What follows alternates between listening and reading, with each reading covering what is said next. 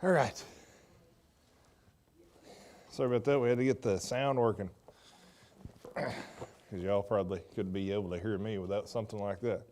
Anyhow, all right, we're going to start our Sunday school class then, but before we do, we're going to pray, and then we'll get going. So does anybody have any prayer requests to get started? Yes, ma'am. Keep Rebecca in prayer. Haven't heard anything. Haven't heard anything. She's still hanging around. Okay. Rebecca? Josh? Josh and Robert?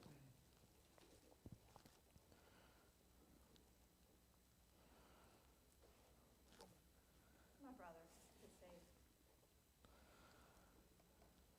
And the van to get fixed.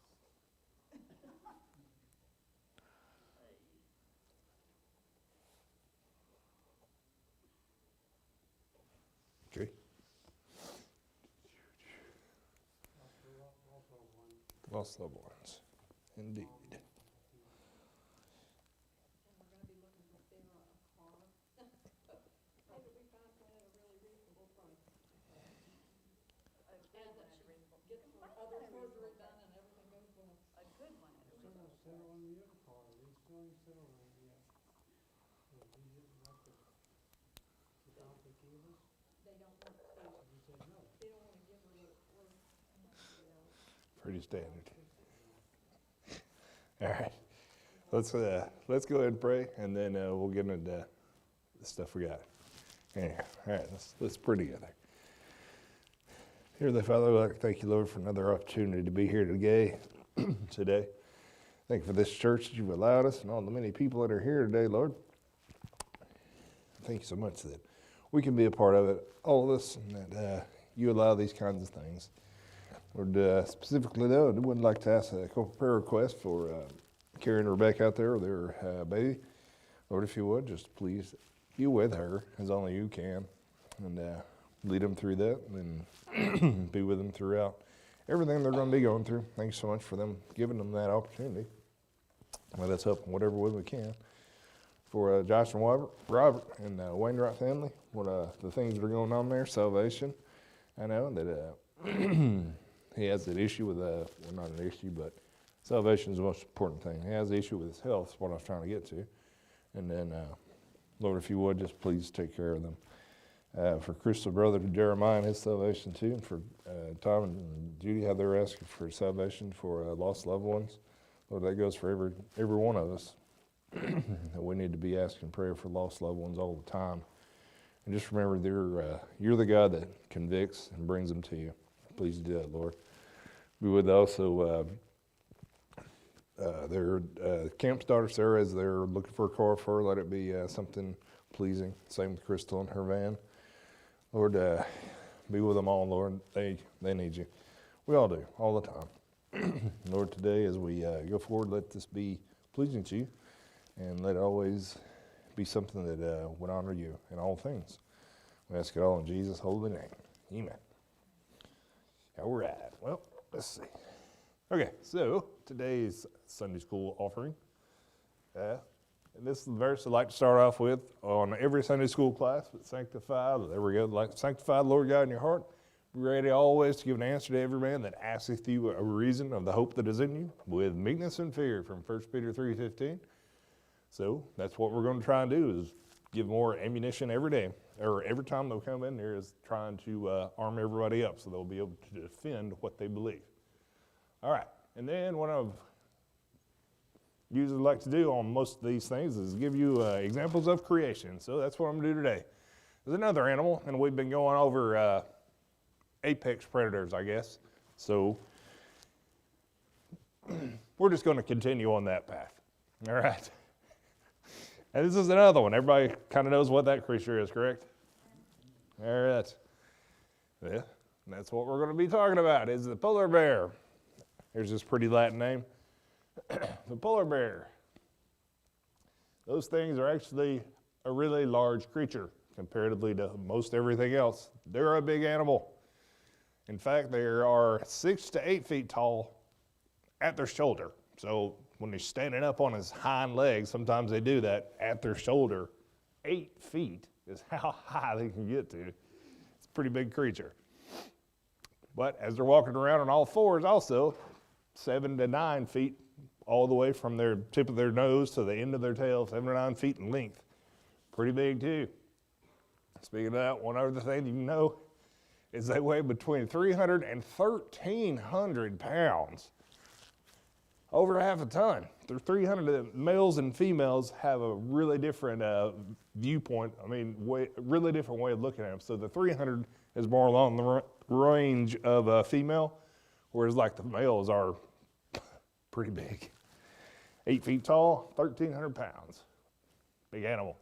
In fact, so I'll give you a little bit of a picture to give you an idea. That's what 6 foot tall man standing next to what it would look like a polar bear. So they are massive.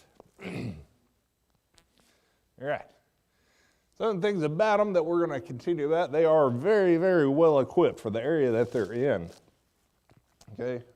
Inside, they have 42 teeth, and they're all pretty sharp. Don't want to mess with.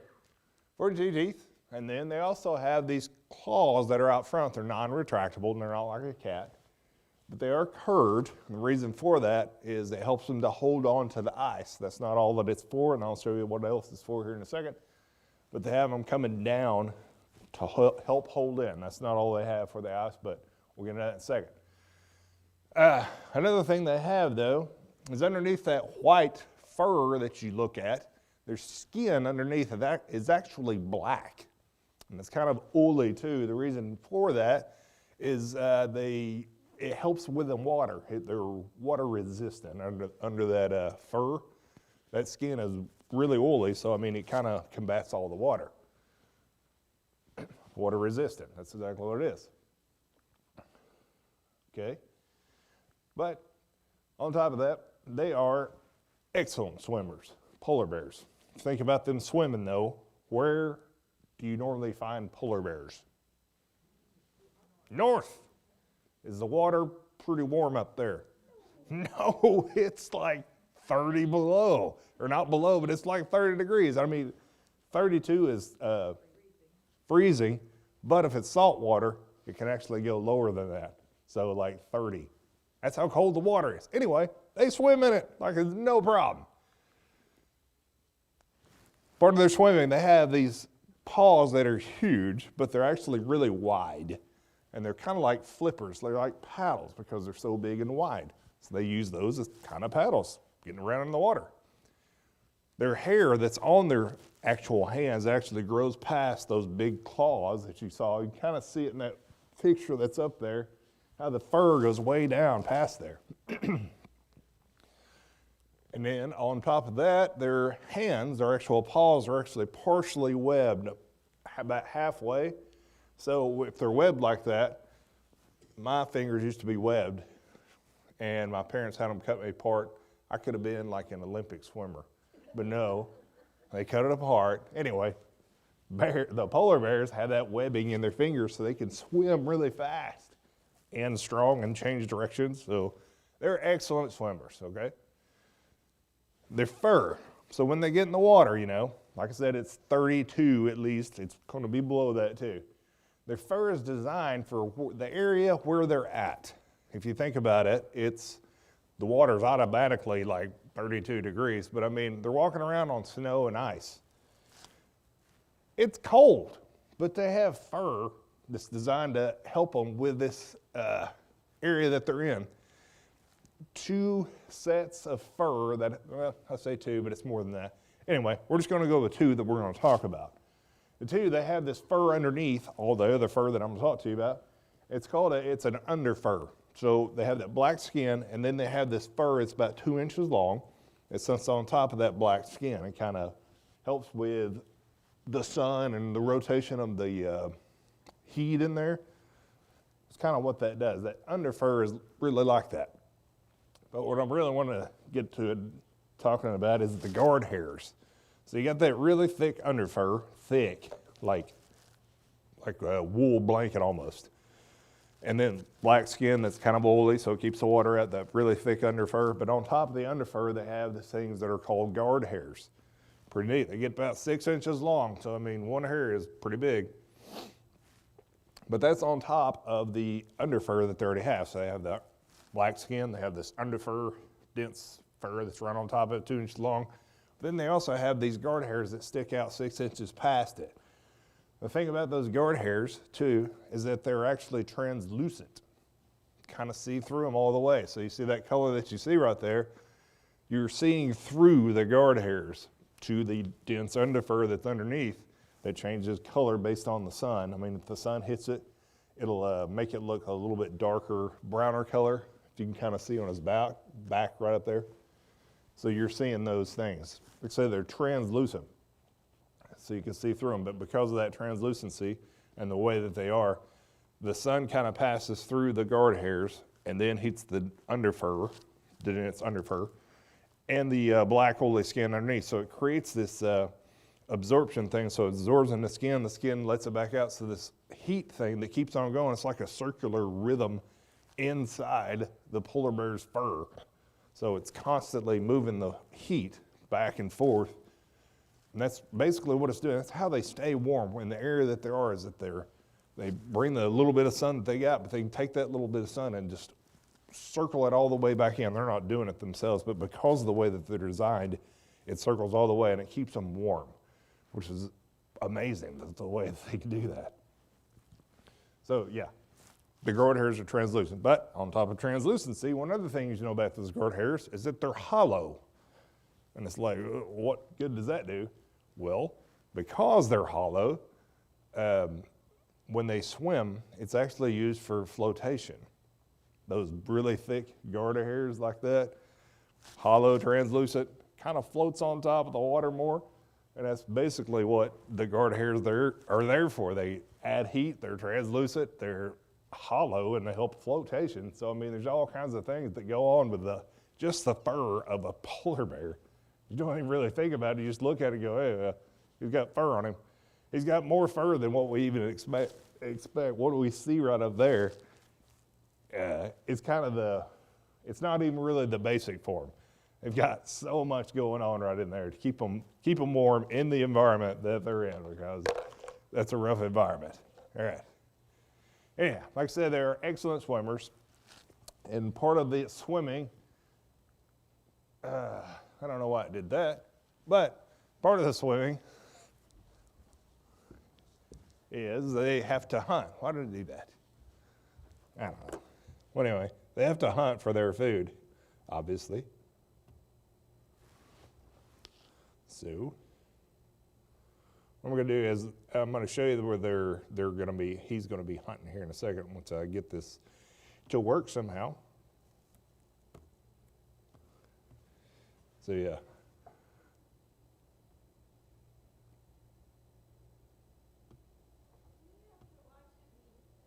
What?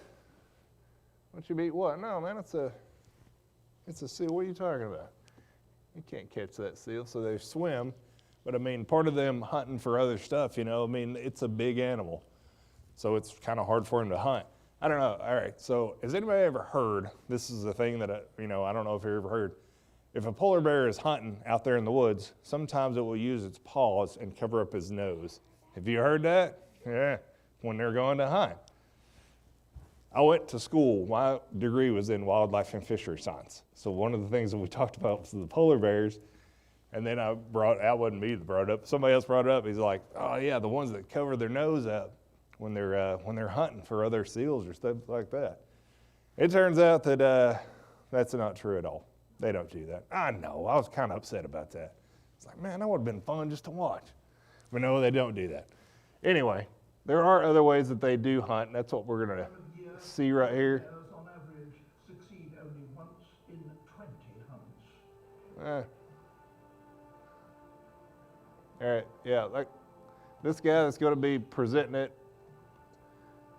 stuff is like a staunch evolutionist, but I'd just like to hear his voice, so sorry. So yeah, I just wanted to show you a little bit of a video of polar bear hunting.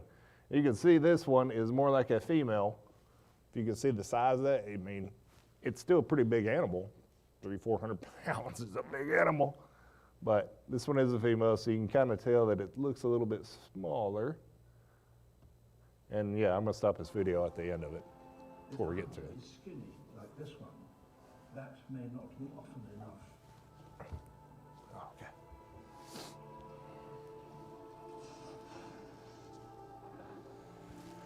All she can do is keep. Okay. Man, that took me a long time just to find that. So Brian, at the beginning of that video, Uh-huh. did the gentleman say that she only catches like 1 in 20? Not her, but polar bears. In general? Yeah, 1 in 20. Yeah. That's not a good ratio. No, it's not. But I mean, at the same time, there's not a lot up there to hunt. But you heard him say that over 100,000 calories.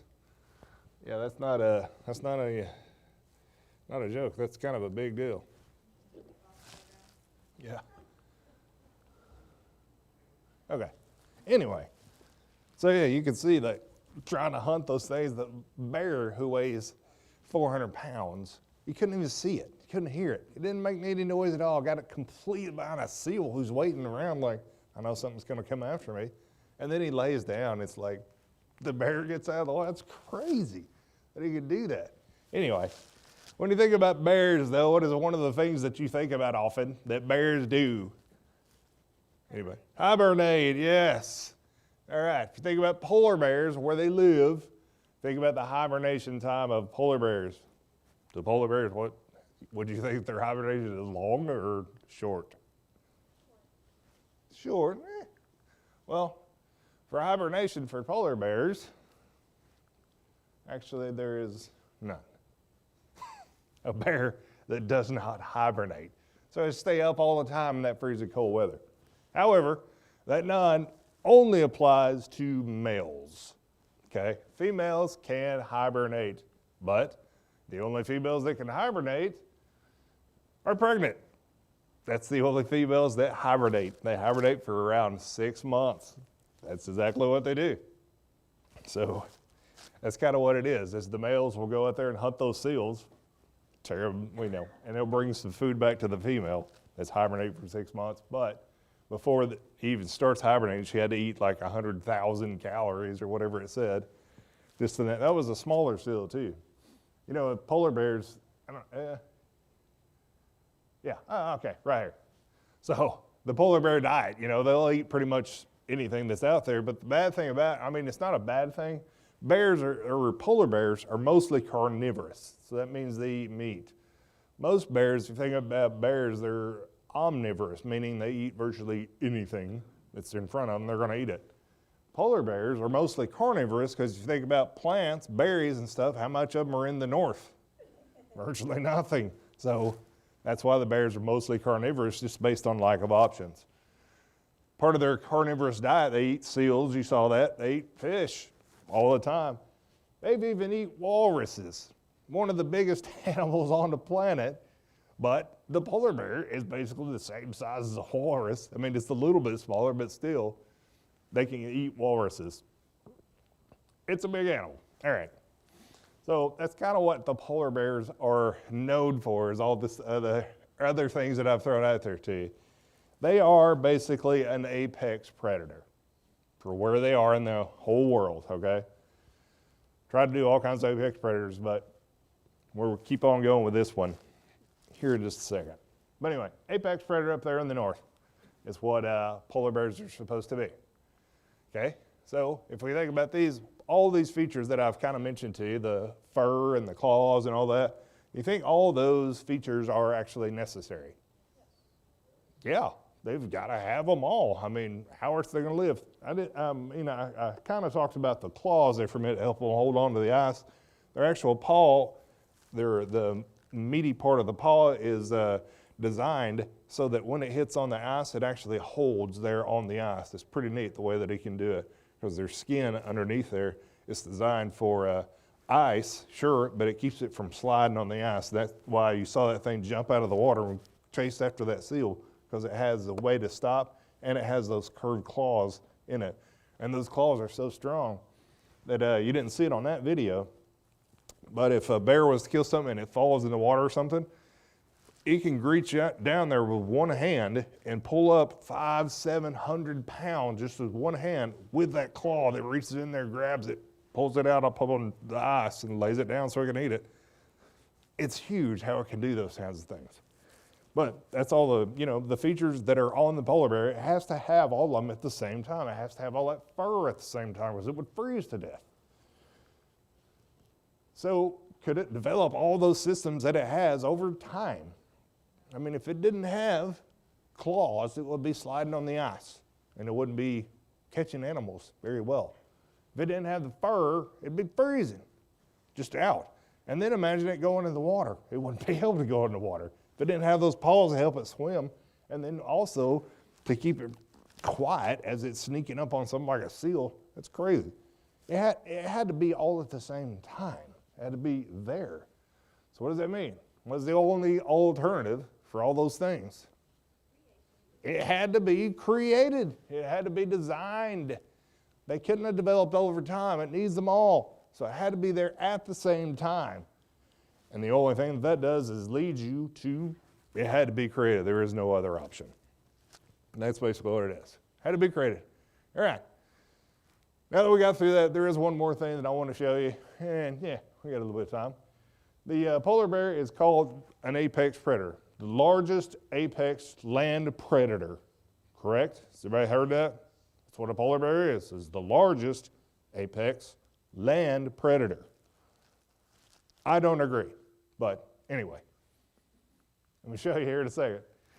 So, is it the largest apex land predator? Well, let's see. This is a picture of a polar bear. They're massive, don't get me wrong. Gigantic creatures. All right? Yes?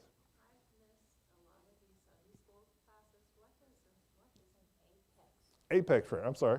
So apex predator is the top of the list. Nothing hunts it. So like anacondas, reticulated pythons, behemoths. Yeah, well, apex predator means nothing hunts it. It's basically the top of the food chain for where it is. And that's what polar bears are. Apex predator for where they are. But I do not believe it is the largest land apex predator because of this creature. Somebody, huh? Grizzlies are smaller than polar bears. So are brown bears. They're smaller than polar bears. So how can we say that? Like I said, I went in wildlife and fishery science and they taught polar bears for a while. I didn't believe it. What this animal is called is a Kodiak bear. And I think Kodiak bears are the biggest land animal, biggest land predator. Anyway, we'll get into it just here in a second. All right, so polar bear distribution. The thing at the bottom that you kind of see that big area that's red, that's Greenland. So you're looking at a top-down view. So all that stuff around on the right is Asia, on the left is kind of like North America. So you can see where the polar bear where they're basically their range, basically, is what that is. Right there, that's where you'll find polar bears, okay? Now, for the Kodiak bear, does anybody know where the Kodiak bears are? Do it? Alaska. But they're on Kodiak Island. That's it. That's the only place on the planet that you will find Kodiak bears. Kodiak Island, Alaska, so that little area. Now, there's some things that I want to point out about the Kodiak bear and the polar bear. All right? Here we go. All right, polar bear and the Kodiak bear. First off would be the height that I've told you about a minute ago of each one. So the polar bear's height, 6 to 8 feet, like we talked about. You saw him sitting up there with that man right beside him. Huge, all right? Well, how about the Kodiak bear?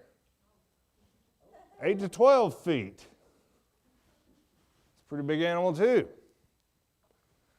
Their length, like when they're on all fours and walking around, you know. The polar bear, 7 to 9 feet in length. Kodiak bear, 8 to 10 feet in length. A little bit bigger.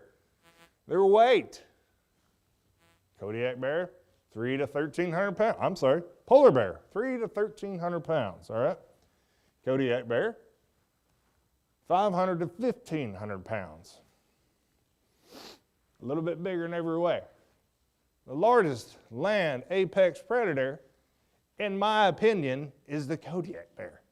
Now, what we hear often in wildlife terms is that the Kodiak bear is considered to be a subspecies of the brown bear or the grizzly bear. It's supposed to be a subspecies, okay?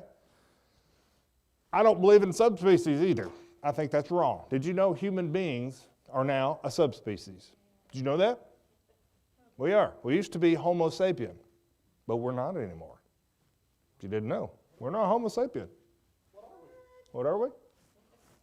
Homo sapien. Does anybody know what Homo sapien means? What? Human. Okay. I mean, the actual words. That's okay. It is human. Yeah, it's wise hominid is basically what Homo sapien means, the wise hominid, okay? We are a subspecies of the wise hominid. So we are no longer Homo sapien, we are Homo sapien, sapien. If you didn't know, I didn't make that up. That is exactly what we are. We're a subspecies of Homo sapien because the Cro-Magnon man, the Neanderthal man, caveman, they're like, we really can't tell the difference between them and modern humans, but we know modern humans must be different, so they put them into a subspecies category. Cro-Magnon and Neanderthal and caveman are all Homo sapiens.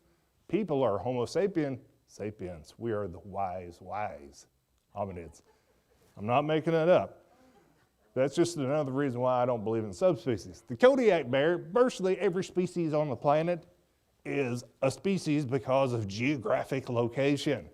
I kind of showed you where the Kodiak bears are. They're only on that one island right there in Alaska. And their diet, they don't have like seals and walruses that walk up there and hang out on Kodiak Island. They have salmon. They eat salmon almost exclusively all day long, every day. Hundreds of pounds of salmon. So those creatures are actually quite a bit larger than the polar bear. So if you want to say the largest apex land predator, in my opinion, it's the Kodiak bear because he's bigger.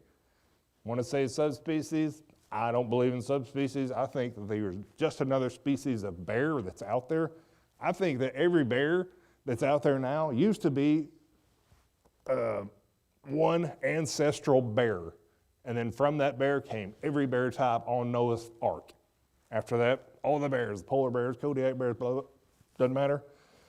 They all came from one ancestral bear, okay? That's just what it is. Largest one, yeah, I think it's the Kodiak bear. All right. That was me. Yeah, I think it's Kodiak bear. All right, cool.